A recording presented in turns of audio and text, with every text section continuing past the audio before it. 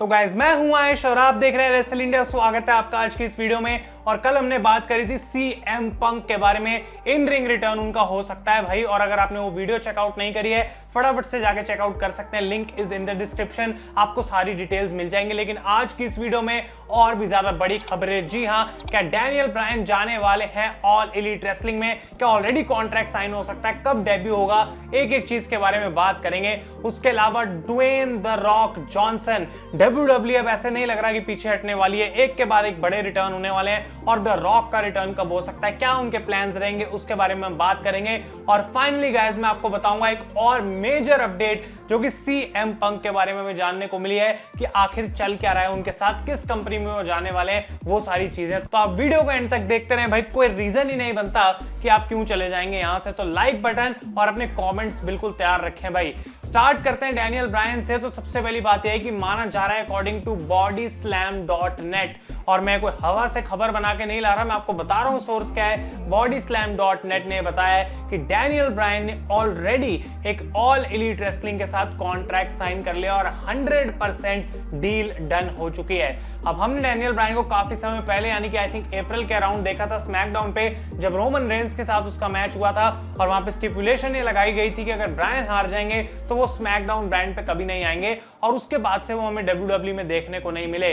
अब कुछ रीजन ये रिपोर्ट बताती है कि आखिर क्यों डैनियल ब्रायन ने WWE के साथ री-साइन नहीं करा और ऑल एलीट रेसलिंग के साथ जाने का उन्होंने डिसीजन लिया।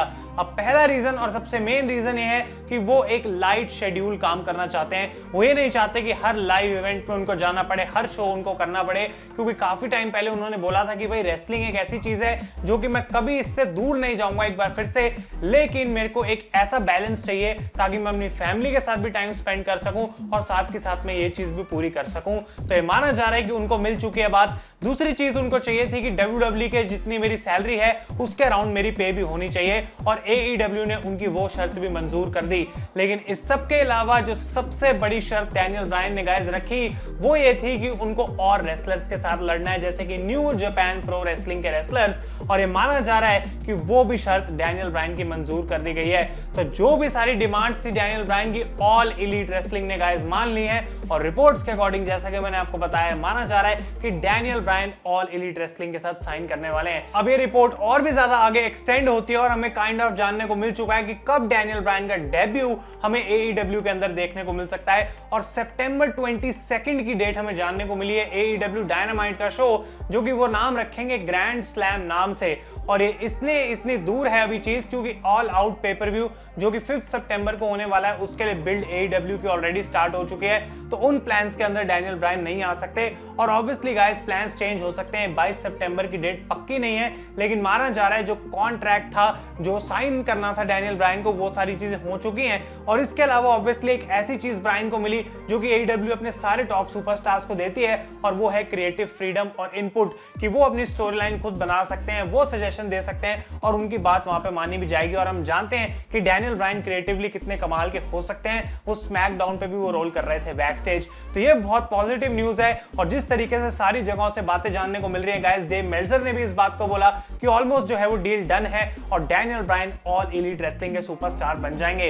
अब हम जानते हैं बात कि डैनियल ब्रायन बहुत समय से चाह रहे थे कि वो WWE के अलावा और कंपनी के रेसलर्स से भी लड़ पाए, और उनको न्यू जापान AEW वगैरह के रेसलर्स से लड़ने का काफी मन था। और WWE जबकि नेगोशिएशन में थी न्यू जापान के साथ एक डील में, और डैनियल ब्रायन भी उसमें बात कर रहे थे, लेकिन उसके बाद गाइस कुछ आगे बात बढ़ी नहीं, और ऐसा लग रहा है कि WWE कोई डील नहीं साइन कर पाई। लेकिन दूसरी तरफ AEW का जो रिलेशनशिप है वो न्यू जापान के साथ काफी अच्छा है, और हम जानते हैं कि वो डेफिनेटली एक मौका दे पाएंगे कि डैनियल ब्रायन जापान में जाके भी रेसल कर सकें। तो कुछ ऐसी पर्सनल चीजें थी जो ब्रायन को चाहिए थी, जो शायद WWE उनको नहीं दे पा रही थी, और AEW ने उनको वो चीज दी है। तो डेफिनेटली उनके लिए बहुत बढ़िया बात है। तो इस पूरी सिचुएशन के ऊपर मेरा सिर्फ इतना ही कहना है कि मैं डैनियल ब्रायन के लिए बहुत खुश हूं। वो एक ऐसा स्टार है जिसके पास भाई मतलब इतनी कैपेबिलिटी है कि वो कहीं पे भी जाए, कुछ भी करे, लोग उनको देखेंगे देखेंगे उनको पसंद करेंगे।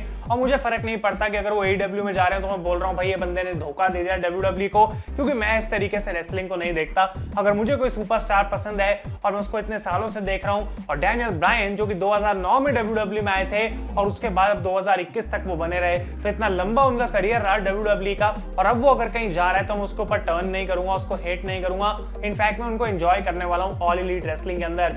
AEW की अगर मैं बात करूं तो बहुत ही ज्यादा एक बड़ी साइनिंग है ये, और भाई मतलब उनकी कंपनी के लिए बहुत ज्यादा इंपॉर्टेंट हो सकती है। आगे बात करेंगे CM पंक के बारे में, लेकिन उससे पहले भाई चलते हैं WWE की तरफ और बात कर लेते हैं ड्वेन द रॉक जॉनसन की। एक ऐसा सुपरस्टार भाई मतलब जिसको कब कोई नहीं देखना चाहता। आई डोंट थिंक कि कोई भी बोलेगा कि नहीं यार रॉक नहीं चाहिए मुझे टीवी के ऊपर। और ये माना जा रहा है गाइस कि सर्वाइवर सीरीज 2021, जी हाँ, एक ऐसा पेपर व्यू जो नवंबर में होता है, वहां पे द रॉक का रिटर्न हमें देखने को मिल सकता है। अब ये बात तो नहीं पता कि उसके अंदर क्या वो एक मैच लड़ेंगे या फिर क्या उनकी इन्वॉल्वमेंट होगी, लेकिन रिपोर्ट से कहती है कि USA नेटवर्क ने WWE को ये बात बोली है कि नाइट आफ्टर सर्वाइवर सीरीज पे हमको रॉक चाहिए अपने शो के ऊपर। और ये चीज अगर है तो डेफिनेटली WWE उस चीज को करने की कोशिश कर रही है। अब रॉक का शेड्यूल हम जानते हैं कि बहुत ज्यादा चेंज होता रहता है, काफी बिजी रहता है, तो ये बात तो मैं नहीं बोलूंगा कि 100% हम मान के चलें कि रॉक आने वाले हैं, लेकिन WWE के प्लान्स काफी टाइम से काफी क्लियर हैं कि रोमन रेंस और रॉक का मैच उनको रेसलमेनिया में करना है। और ये माना जा रहा है कि ऊसोस जो है गाइस वो बहुत ज्यादा एक इंपॉर्टेंट पार्ट रहने वाले हैं इस पूरी स्टोरी लाइन का, और इसकी वजह से जिमी ऊसो के अगेंस्ट भी WWE ने कोई एक्शन नहीं लिया। तो इतने लॉन्ग टर्म प्लान जो है उनके पहले से ही बने हुए हैं, और रॉक डेफिनेटली गाइस इसके अंदर इन्वॉल्व होने वाले हैं। अब क्या उनका सिचुएशन रहेगा, किस तरीके से उनका रिटर्न होगा, किस मोमेंट पे एग्जैक्टली होगा, क्या सर्वाइवर सीरीज में आके वो रोमन रेंस को कन्फ्रंट करेंगे। और ये भी बात मानी जा रही है जो कि बहुत एक्साइटिंग है कि रॉ और स्मैकडाउन के सारे शोज पे रॉक हमें देखने को मिलेंगे। जैसे अभी सीना का शेड्यूल है बिल्कुल वैसा ही रॉक का भी रहेगा। तो अगर ये हो जाएगा तो बिल्कुल मजा आ जाएगा, और रोमन रेंस और रॉक की फ्यूड एक ऐसी हो सकती है जो पिछले 10 साल में one of the greatest of all time भी हम बोल सकते हैं। तो भाई हाइप हाइप हाइप जो इस वीडियो का पूरा टाइटल होना चाहिए था, और भाई बहुत मजा आ रहा है सारी न्यूज आपको बताते हुए। तो रॉक और डैनियल ब्रायन का फ्यूचर तो मैंने आपको बता दिया, लेकिन अब हम चलते हैं फाइनली इस वीडियो को एंड करने से पहले अगेन ऑन CM पंक। और अगर आपने कल की वीडियो नहीं देखी, पूरी डिटेल्ड है, वो ऑलमोस्ट 7 मिनट की, आप जरूर जाके उसको देखें। लेकिन अब अपडेट आ रही है कि CM पंक जाने वाले हैं ऑल एलीट रेसलिंग के अंदर। जी हाँ गाइस, WWE से शायद उनका कोई अब कांटेक्ट नहीं हो रहा है, और ये रिपोर्ट्स बताती हैं कि CM पंक की जो डील है वो ऑल एलीट रेसलिंग के साथ एक डन डील है। जी हाँ, रिपोर्ट बताती है कि कॉन्ट्रैक्ट अभी ऑफिशियली साइन तो नहीं हुआ है, लेकिन CM पंक और AEW ने एक ऑन प्रिंसिपल या फिर हम कह सकते हैं एक वर्बली बात एग्री कर ली है कि हाँ भाई मैं कॉन्ट्रैक्ट साइन करूंगा। अब CM पंक का डेब्यू कब होगा, कहां पे वो देखने को मिलेंगे, किसके साथ उनकी स्टोरी लाइन रहेगी, उसका अभी भी कोई आइडिया नहीं है। लेकिन अगर CM पंक की अगली डेस्टिनेशन अभी रूमर्स के हिसाब से मुझे आपको बतानी हो तो वो गाइस ऑल एलीट रेसलिंग है। तो डैनियल ब्रायन और CM पंक दो ऐसे नाम है जो इंडस्ट्री चेंजिंग नाम हो सकते हैं। अब मैं ये तो नहीं बोलूंगा कि इनकी वजह से AEW इतनी ज्यादा पॉपुलर हो जाएगी कि WWE के लिए खतरा बन सकती है, और वो चीज अभी मैं ऐसे भी जज नहीं करूंगा जब तक मैं अपनी आंखों के सामने कुछ नहीं देख लेता। तो भाई इंपॉर्टेंट रहेगा, काफी बढ़िया बात है। और जहां तक मेरा पर्सनल सवाल है, मैं डेफिनेटली AEW को फॉलो करने वाला हूं। और भाई अगर इतने दो कमाल के सुपरस्टार्स इस शो पे आते हैं, ऊपर से मॉक्सली, ओमेगा, बक्स, पेज और भरा हुआ कमाल का पूरा रोस्टर है, तो भला कोई शो उसको कैसे नहीं देख सकता। तो डेफिनेटली मैं इस चीज के लिए एक्साइटेड हूं। AEW के लिए पर्सनली बहुत बड़ी बात होगी अगर CM पंक और डैनियल ब्रायन दोनों ही आ जाते हैं, रेटिंग्स में बहुत ज्यादा मदद होगी। और CM पंक एक ऐसा नाम है क्योंकि अगर रेसलिंग में ही वापस आ जाए तो लोगों को वो डेफिनेटली देखने में मजा आएगा। तो गाइस ये थी अपडेट्स, 3 बड़ी अपडेट्स रिगार्डिंग 3 बिग सुपरस्टार्स और उनका फ्यूचर रिटर्न कैसा रह सकता है। अगर आपको हेल्पफुल लगी वीडियो, कुछ जानने को मिला, तो डेफिनेटली लाइक करें और बने रहें चैनल के ऊपर। नए हैं, सब्सक्राइब बटन दब जाना चाहिए, क्योंकि इतना कंटेंट आने वाला है, इतने बड़े टाइम पे हम रेसलिंग के फैंस वापस आ चुके हैं और सब कुछ बढ़िया होता हुआ लग रहा है। तो भाई definitely thank you so much for watching, और चैनल पे बने रहे। मैं हूं आयुष और आप देख रहे हैं रेसल इंडिया।